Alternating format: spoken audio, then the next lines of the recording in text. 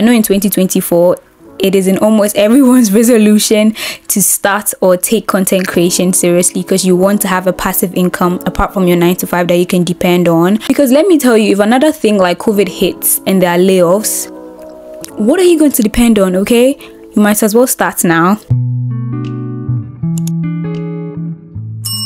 Hi guys, welcome back to my channel. I'm Stephanienadia. If this is your first time coming across my channel, today's video I'm going to be doing a video about YouTube, the platform you're seeing me on. I'm going to be doing a how to start and grow a successful YouTube channel. I'm going to mention all the tips and tricks I've learned along the way, all the information I've gotten from consuming so much content, because YouTube has been a passion of mine for such a long time. Maybe you want to take TikTok or Instagram Reels seriously.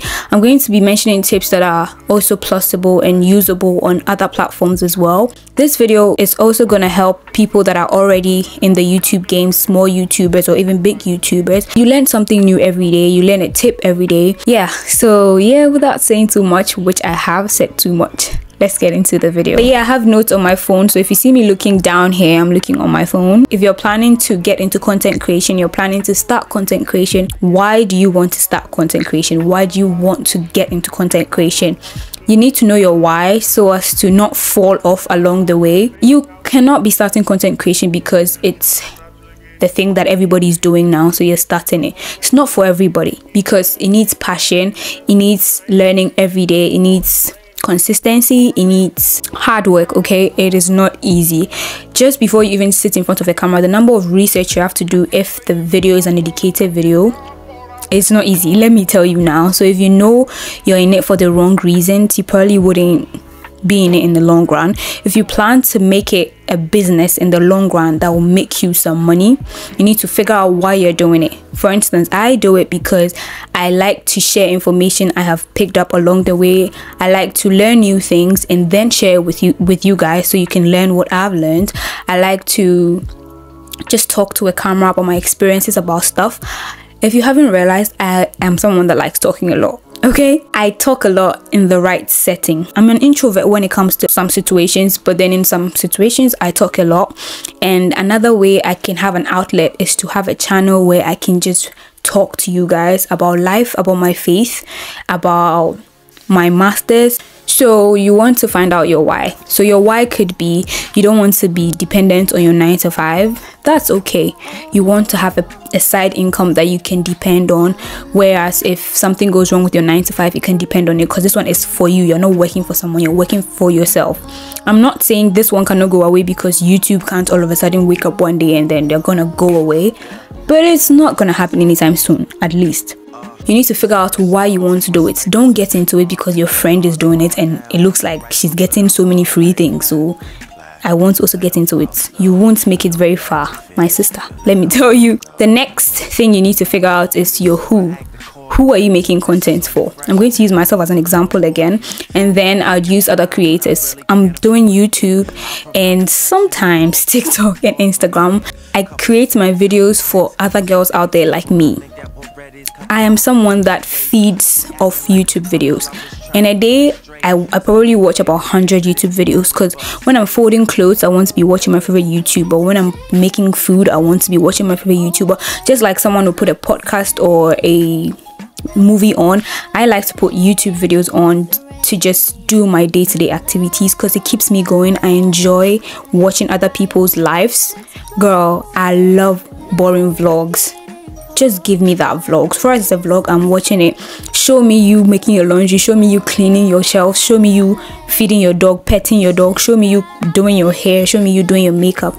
It's just something that gives me that companionship, because scrolling on social media tends to get very toxic very fast. I developed that hobby, I think, in COVID, and I realized after a couple of years that social media adds to my mental stress. So sometimes I can you'd see me posting on YouTube, but I'm staying off of Instagram, TikTok. I delete social media apps so quick. I make videos for girls like me, people that just enjoy watching other people's lives, for the companionship, for the entertainment. There are some days where I'd love to watch how-to videos on this, how-to videos on this. Just give me information, okay? Just feed me, and I'm here for it. if you know that, okay, you're making videos for people that want to transition into tech, that's how you know what kind of videos to film, you know what videos to take inspiration from to film, etc. If you're making videos for girls that have natural hair but 4C natural hair that is hard to take care of, but then there are tricks and tips you can offer them to make them take care of it in such a nice way that you use, that helps you figure out what videos you need to be filming. If you're just making videos for people that want to move abroad to study, that's also an example of who you're making videos for. So it's going to give you like what direction your content should go, what type of videos to create to reach that target. It's very important to figure out who you're creating the content for. There's so much videos on YouTube itself that would give you so much information on what type of videos you can do, but I have categorized it into 2 forms. Yeah, that is what helps me. That's the kind of direction I make my videos go in. The video has to either be informative or educative, like that's one, and it has to be entertaining. So informative or educative can be how to do this, a review of this is how I did this and got this. That's informative and educative. Entertaining can be challenges, can be lifestyle vlogs, can be just stuff that will entertain somebody, right? So what I try to do is I try to have these 2 categories and make list of videos I want to make under these categories. So in a week I want to at least drop 1 informative, one entertaining, 1 educative, 1 entertaining. So if I try to drop a lifestyle vlog, like a vlog, because people enjoy watching my vlogs, I try to drop a how I transition into tech, for instance. Another thing I wanted to mention as well that I think you need to take note of is there are some type of videos that reach new viewers, and there are some type of videos that help you bond with your already subscribers. So let's say a day in my life as an international student in the UK is a type of video that would help me bond with my current subscribers, but also help me reach new viewers. A video on how I transitioned into tech would help me reach new viewers and some of my current viewers who also watch it because maybe they're interested in the topic, but not all my subscribers would watch it because maybe they came to me because of my makeup videos. So there are some type of videos that will help you reach new audience. Those are viral worthy videos, and there are some type of videos that will help you bond more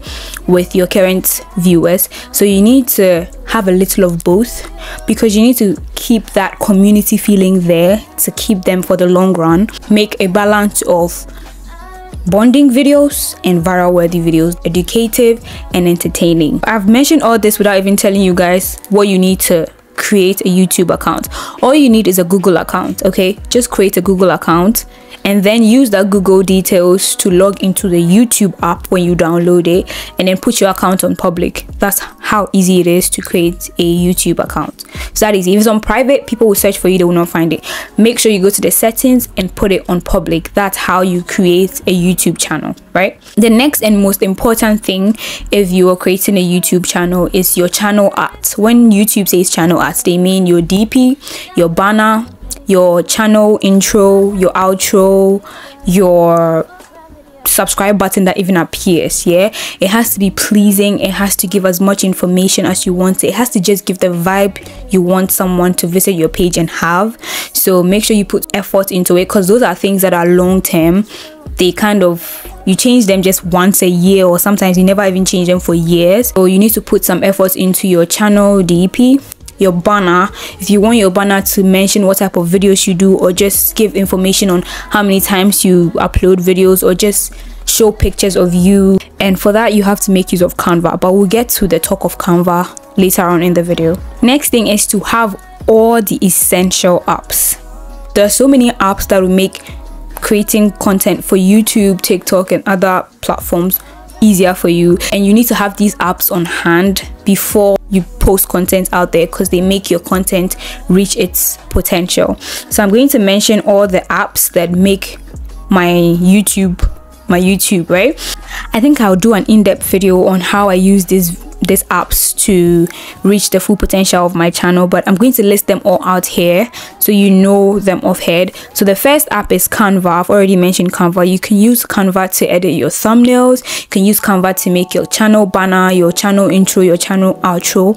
There are so many free things on there that will help your channel reach its full potential. There's CapCut, which I use to edit my videos because I currently cannot afford or haven't taking that step to use Final Cut Pro because I get everything I need from CapCut already, so I don't use Final Cut Pro. CapCut is so important because you can use it on a phone, you can use it on a laptop, a tablet, any device. Android devices also can be used with CapCut. Another one called TubeBuddy.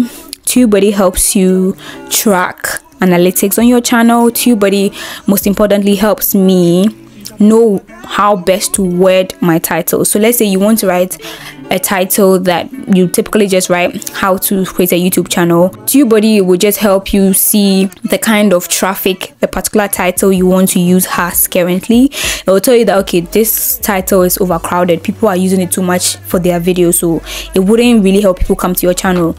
You change the wording, it will tell you that, okay, this one is a little bit better, less people are using it, and it still has traction from viewers. That's something that I use TubeBuddy for. The next one is A Power Mirror. A Power Mirror helps you to turn your phone and whatever second device you have into a viewfinder of your phone so that you can see yourself and what videos you're making. Like, you can see yourself in the video you're making, because one thing I'd mention is always film with your back camera. You get the highest potential and the best efficiency out of your camera when you use your back camera. So I use a tablet that I use for my viewfinder when I'm filming with my phone for TikToks and Instagrams, but currently I use my Sony camera. There's a Sony app camera called Imaging Edge that you can automatically use on any device, and that device will become a viewfinder of the camera. So I'm using my tablet as it right now. Let me show you. So you can basically see yourselves.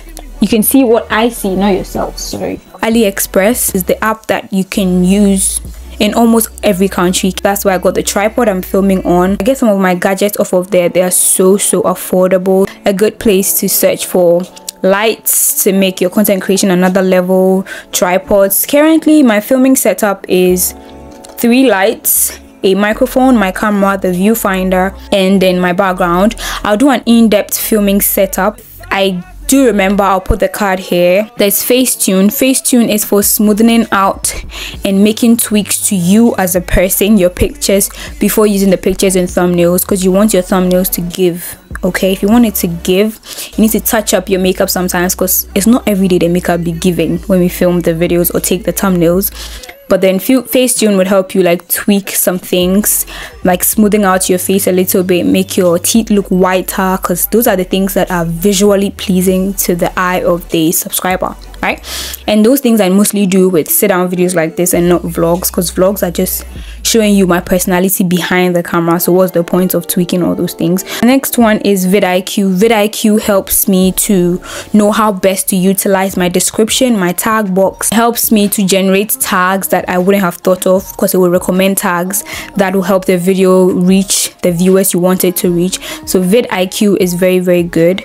And then YouTube Studio, the OG YouTube Studio. YouTube Studio is for checking your analytics, checking how good your video is doing, checking if it's reaching the right audience, checking how long viewers are staying on it, checking if your thumbnails are getting people like you wanted to. That is your click-through rate. One of the top things I use YouTube Studios for is to check my click-through rates and my average view duration. Average view duration is how long people are staying on the video, and click-through rates is how many people clicked on your video when they saw the thumbnail out of 100 people. Do you get it? So that's the layman explanation I can give you. Let me know if you want an in-depth video on how to understand your YouTube analytics. Next thing is gadgets. I put this very low on the list because I know every person on this earth today owns a smartphone. You can use a Samsung for very good camera quality. You can use an iPhone for very good camera quality. Doesn't matter the iPhone. If your light source is good, the video is going to be good. Okay, and if you're starting out, you shouldn't go all out, because you don't know if you're going to enjoy it in the long run or you're going to fall off along the way. If you're very sure it's something you want to do, you can look into getting a camera. The camera I'm using right now is Sony ZV E10. Very good camera for vlogging, for sit down videos as well. It's quite good. That's what I'm using right now. And there's a Sony ZV-1, there's the Canon M50, there's the Canon G7X Mark 1, Mark 2, Mark 3, Sony ZV-1 Mark 2. There's so many cameras out there you can look into that are within your budget. If you think you don't have a budget, just use your phone. For the past 3 years since I started YouTube, I've always used my phone for content, and I loved every second of it. Even now that I use my camera, there are some days when you're going somewhere that just carrying your camera there will be doing too much. So getting your phone out to just get a few clips always helps to make your vlog look better. So I'm using 3 lights right now in the microphone sent to me by Joby. I'll have an in-depth review coming up. Just looking to getting a very good ring light or a good source of light. Could be a window for starters, but if you're already doing content creation, you obviously need a light so you can film at any time in the day. I'm using a microphone for the first time in this video. Trust me, you don't need a microphone unless you're sure it's something you want to do long term. Then you can invest in getting or upgrading your gear. But yeah, a microphone is a good addition. There are other mobile phone microphones that you can find on AliExpress, wireless microphones for iPhones. Search for it on AliExpress, Shein, Amazon. You're going to get so many that are quite good. You need a good background. For my background, I just always use my bedroom because it's my space. I can design it the way I want and just play around with things. When I'm done filming, if that's not where it was initially, I just move it. Because if I vlog, you guys know that the plant is not always on my table, but for my background, I don't want it to be bare. So I like to put a plant, the green plant, and then my jewelry, because my jewelry will be here. So because it's your space, you can just play around with stuff. So just play around with your background, how you want it to look. Use what you have for now, okay? Because 9 times out of 10 people will not fall in love with your videos because your background is so nice. It's because of the information you can give them, the entertainment they got from the video, and your personality on the camera. So don't do too much or stress yourself too much about your background. You need a very good tripod. Tripods are so important. If you're starting out, you can just prop your phone on bottles, books for the meantime. But then if you're already in content creation, you can find some good tripods on AliExpress. I'll link the one I have currently in my description because I use it with my phone. It's compatible with the phone and a camera at the same time. Let's go on to filming tips. If you're filming, try not to sound like other creators. I already mentioned it in this video. If you haven't seen it, you can see it after this video. It's also a tips video. One thing I used to do as a beginner YouTuber, a beginner content creator, was if I just got inspiration from another big content creator's video, when I record mine, I tend to sound a little bit like them, my innuendos and the way I carry myself. Try to always be yourself. Avoid watching or consuming other kind of content on the day you're going to film your video, so you can be your real natural self. Don't stress yourself. Just see the camera as a friend. When I started using this Sony camera, I would look everywhere but at the camera. Okay, I don't know why. I know it's in my room, I'm alone, but I still felt shy knowing that this is the clip I'll use. So I had this mentality while starting out that I'm talking to my friend, I will not even end up using this footage anyways. Let me just be myself. That's what I always told myself, and I had to go back to that tip I gave myself to help me ease up more to record videos in front of the camera. Yeah, just think of it like you're not going to use the footage, so just record it and then in the end use it. Just lie to yourself. You know you're lying to yourself anyways, but like, yeah, that's another filming tip I'll give you. Always film with a light source on you. It gives the best hues, it makes your skin look better, everything looks better. Right now in the UK, it gets dark at like 3 p.m. It's getting better because it was starting to get dark like 2. It'll be looking like it's 5 p.m. in Ghana, so you need to film quite early on. But if you have good sources of lights, you can film at any time at all, because sometimes when the filming enters me, I can film at 11 p.m.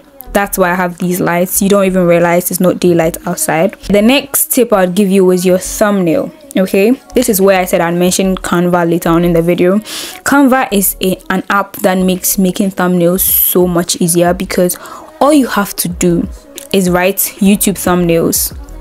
It will bring you so many ones that are free. I currently use the pro version because I volunteer with my friends NGO and I help them with content creation and stuff, so I have access to that. But then when I was using the free version, I had access to so many fonts, so many elements that I didn't need a pro version. You can use Canva, utilize it so much. I literally would just go vlog thumbnails, YouTube vlog thumbnails. I just search that on Canva. It'll bring me so many, and I take inspirations from those ones, take out those pictures, input my own pictures, change the font a little bit, do something about the coloring or something, and make it my own.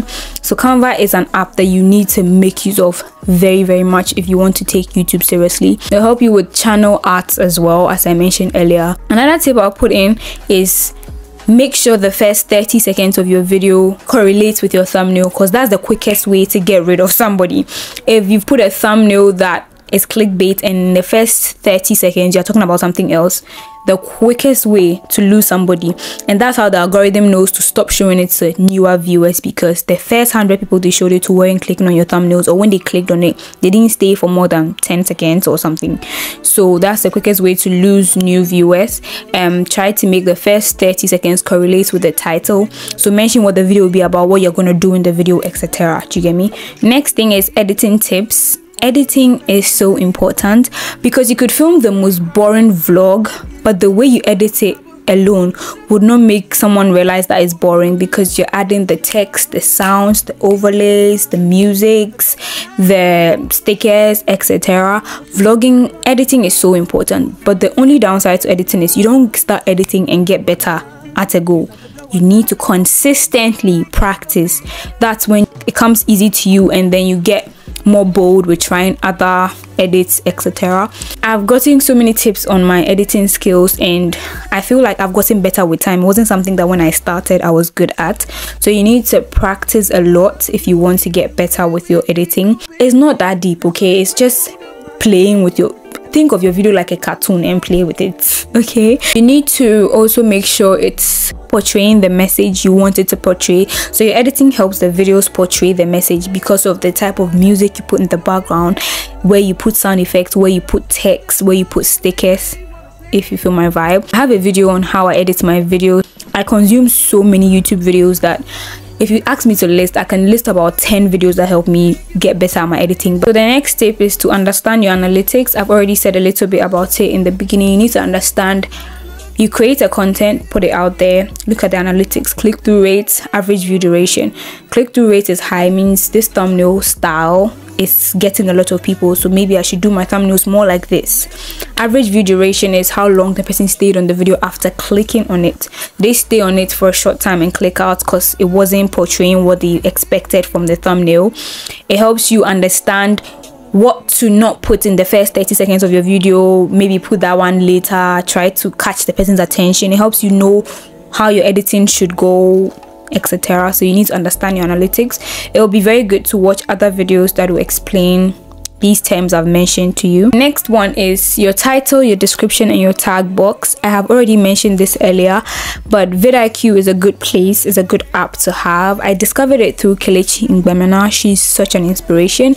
But yeah, vidIQ would help you so much when it comes to utilizing your title, your description, your tag box, because it will tell you how the percentage of greatness your video title, description, and tag correlation is. So sometimes it will be a good idea to repeat the title of the video in the description, so as to tell the algorithm that this is what the video is about, and to also bring tags, the same type of tags. So let's say if the video is how to apply to schools in the UK, repeat that how to apply to schools in the UK in the description box before you even start saying, hi guys, thank you for watching the video, this is my information, this is my fact. And then you can put hashtag school application, hashtag how to, like hashtags about the topic.